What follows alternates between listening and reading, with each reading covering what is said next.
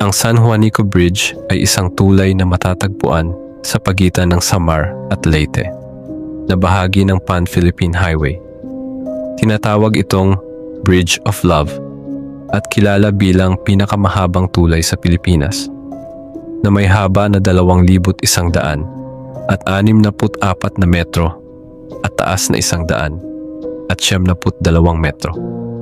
Isinasalaysay na ito ay matibay, nilagpasan ang maraming bagyo, at naging simbolo ng lakas at tibay. Ngunit sa likod ng kanyang tagumpay, may mga kwento ng kababalaghan na nakapalibot sa kanyang pinagmulan.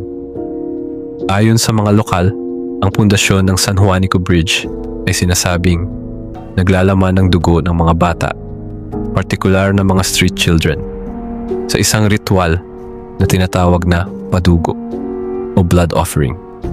Ang padugo ay isang sinaunang tradisyon sa Pilipinas na nagsimula pa noong panahon ng mga pagan, kung saan inaalay ang dugo upang makuha ang biyaya ng mga anito at upang magbigay ng lakas sa mga gusali o infrastruktura. Noong panahon ng Marcos administrasyon, si Imelda Marcos ang namahala sa pagpapatayo ng tulay. Ayon sa mga kwento, bago magsimula ang proyekto, lumapit siya sa isang manghuhula upang magpakonsulta. Ang manghuhula ay nagsabing hindi matatapos ang konstruksyon ng tulay kung walang iaalay na dugo ng mga bata. Kaya nag-utos si Imelda na ipakuha ang mga street children mula sa Samar at Leyte. Sinasabing ang dugo ng mga batang ito ay hinalo sa pundasyon ng tulay at ang kanilang mga katawan ay itinatapon sa ilog na dumadaan sa San Juanico Bridge. Ayon pa sa kwento, may isang diwata o sirena na nakatira sa ilog ng San Juanico Bridge. Nasaksihan daw ng diwata ang ginawang ritual at nalungkot siya sa nakita. Dahil dito, isinumpa raw niya si Imelda Marcos at sinabing hindi na siya magiging maligaya, kaya't nagsuot siya ng mahahabang damit upang itago ang kaliskis na tumubo sa kanyang mga binti.